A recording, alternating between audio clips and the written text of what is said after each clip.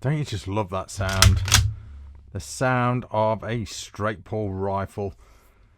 This is the Mauser 25. Hi guys, this is RACKNLOAD, and this is probably one of the fastest straight pull rifles I've used. It is so smooth. You can literally operate it with your little finger. It is so smooth. Probably the smoothest I have shot so far. I've shot a few straight pulls, mainly the AR types. But the last one that springs to mind, the Beretta BRX1. I think that was one of the last ones that I reviewed. God, that seems ages ago. But Mauser 25. I don't think I've had a Mauser here on the channel before. Suitably impressed with this. It's nice to have a bit of woodwork, especially in a thumbhole stock like that. This one is chambered in 308. It has been an absolute joy to use. Pretty damn accurate as well. Yeah, even with me behind the trigger. Yes, I'm getting that in before you guys do in the comments. But let me throw out some specs on this rifle. So it's the Mauser 25. This one is. This is a 308 that's on test. In or on the rack table, ready for review. Available in 243, 65 Creedmoor, 65B55, 8B57, 3006, 7mm Rem mag, and 300 Win mag as well. Barrel length of this one is 510mm or 20 inches. Overall length is 1000mm or 1 meter or 39 inches. Weighing in at 3.6 kilograms or 7.9 pounds. That is unscoped. Length pull, don't very often give length of pull. About 30, well, between 13.7 and 15.7. That's if you use any spacers. You can get spacers with it. This is a demo rifle. It didn't really come in its original box, so I haven't got that to show you, and I'm not sure what bits and pieces exactly come with it, but I think you can get the spacers for it. 3-round mag capacity. You can get 5-rounders as well. Let's have a bit of a closer look then. So, straight pulling design, very, very slick. That is the first thing I noticed about this rifle. But let's take it from the stock. So, real nice stock, to be fair. It is a laminate. It looks really cool. Very nicely done. Soft, well, yeah, medium sort of softness or hardness rubber on the stock pad there. You do have a cheek piece here. That is adjustable. That will go up and down. Didn't use it. Sling swivel stood there. Thumbhole. Nice palm swell on it. Very ambidextrous, although you can't swap. Sorry, you can swap it around to left-handed. I didn't do it. I've used this as a righty because I find it more advantageous being a left-handed shooter. So we'll go into that later on. Thumbhole stock, like I said, nice pistol grip, nice checkering on there. If you can see it, if we can catch the light, and then you've got the same sort of checkering up on the fore end there, and then you've got sling swivel stud there. Here is the magazine. You squeeze those detents there to take the magazine out. 3-rounder in 308, polymer construction. I had no problems with this rifle, to be honest. Nothing went wrong or acted up on me.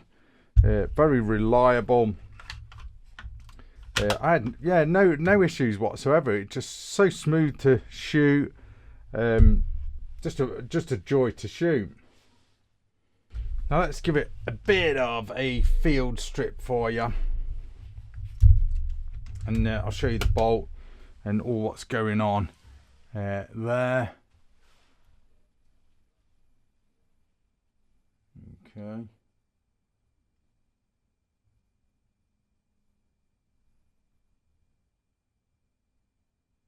So the bolt has a push feed face, and it's got a single extractor claw,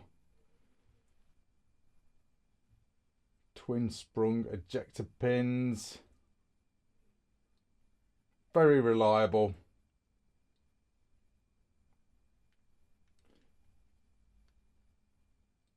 There you go, bit of a look at that. So I had no issues with this. I mean, everything just feels absolutely solid. You know, you can get in there for good maintenance. Ejection from this rifle was brilliant. Probably one of the only, well, I don't think it is a drawback.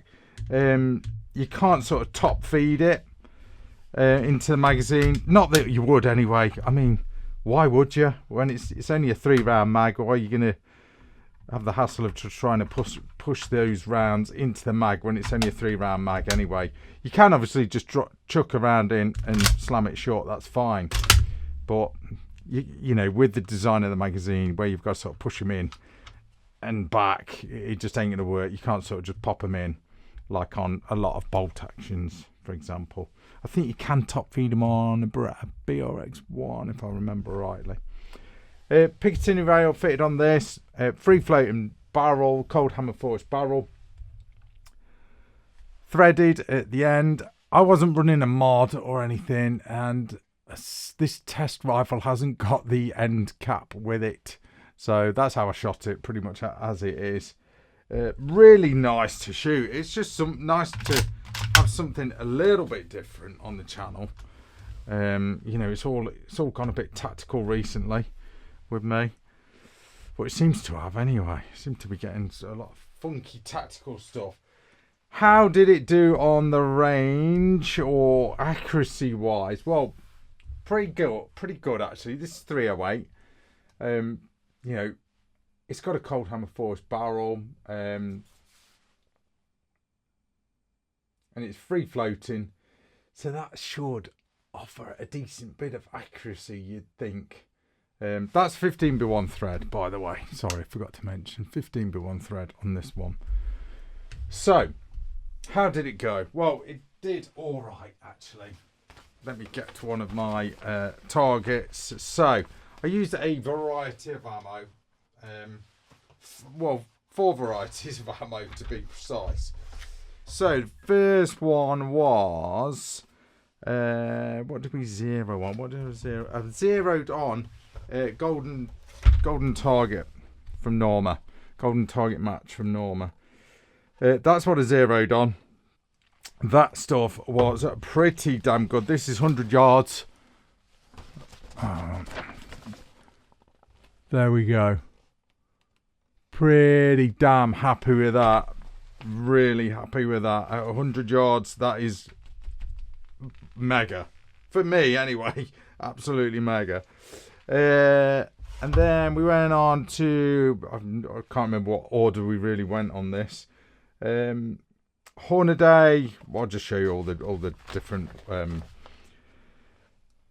types of ammo that we use. Hornady ELD match 168 grain. Oh, that Norma stuff. I didn't write the grain weight of that. That was 168 grain as well. 168 grain Hornady ELD match.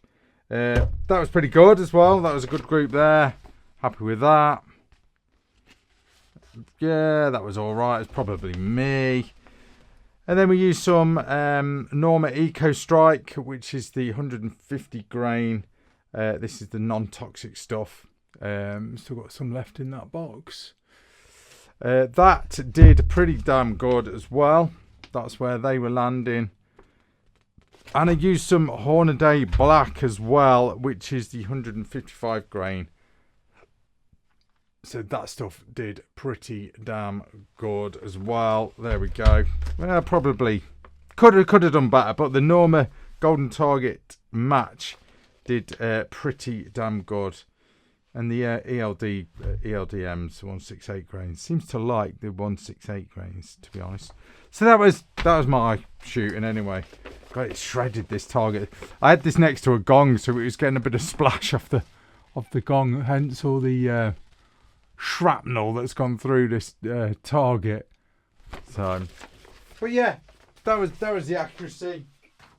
Trigger is really nice. Let's just give the trigger a pull. Just let you guys know what it's doing. Very comfortable trigger as well. Let's just give that a pull. Single stage, £3, 0.6 ounces. I probably pulled that a little bit hard, to be fair. Let me remind myself. Oh yeah, that's a nice trigger. There's your safety catch, kind of like a Tang style safety catch in there. Pull it back, and let's just cock it. Pull it back. Obviously, that locks the trigger, and it locks God, I can't speak today. That locks the bolt as well, so everything's locked up there. Okay, and then you can still open it, but you've got the safety still on. So if you needed to take a round out, for example, you just press that, pull it back, and then that's your safety off, and away you go. So just a joy to shoot. It was just nice. I do like it when I get a rifle and it's just so easy to set up and get going, and you know, it's just on point. And like I say, it seems to like, this particular rifle seems to like the 168 grains that I was using. I did get it a little warm. I was having to let this rifle cool down, but yeah, it did really well. Minox scope, this 315 by 56, nice scope, to be fair. It was nicely well suited to this rifle. Simple crosshair in this one. Hunting setup, really. I mean, a fast shooting rifle like this, you know, is a nice hunting rifle. You know, it looks traditional, and I guess it kind of is, but I think, could you use it, you know, with that thick profile barrel, could you use it as a bit of a target gun? Guess you could if you wanted to use it for a bit of both. It'll do it. But the ergonomics of this rifle, you know, it's just so comfortable. Trigger, like I said, the trigger is just really nice. I've got to, let me remind myself again, even for a lefty, it's a nice trigger. And the quality, you know, when you pull a trigger and you can almost sort of feel the quality of the trigger, it just feels good. It's just nice to shoot. Yeah, an absolute pleasure to shoot this rifle, the Mauser 25. Nothing else I can't really show you the box because I haven't got the box with me. It just come in a package. This rifle did. Kindly on loan from the guys here in the UK, the UK importer.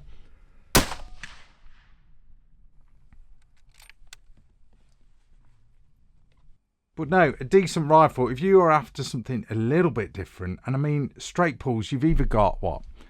You've got Mauser, which are big money. You've got, and they're nice, don't get me wrong, they're nice. You're going to see some on the channel. You've got Beretta BRX1s, nice, you know, very affordable, and they've passed the NATO tests. I've reviewed them. Check out the videos on them. Not bad at all.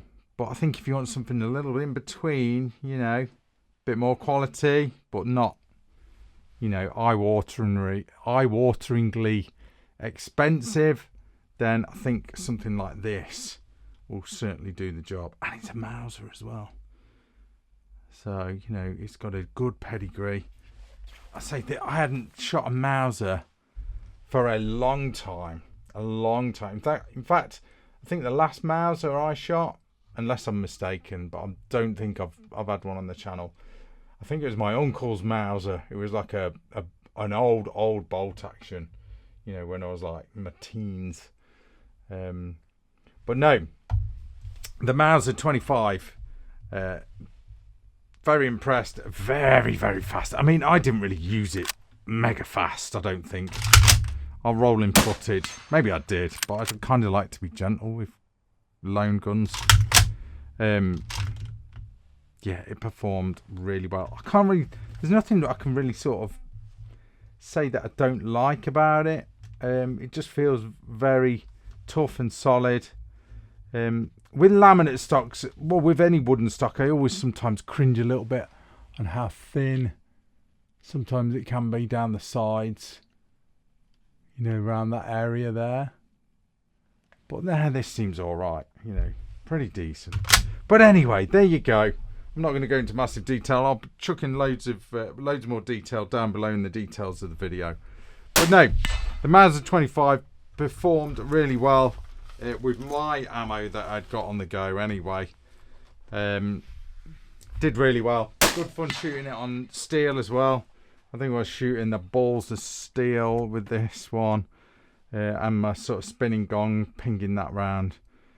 Good fun rifle. I love 308. 308 does hit hard. It's a good fun round.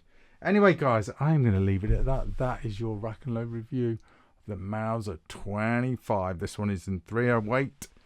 Thanks for watching, guys. That's Rack and Load. See ya.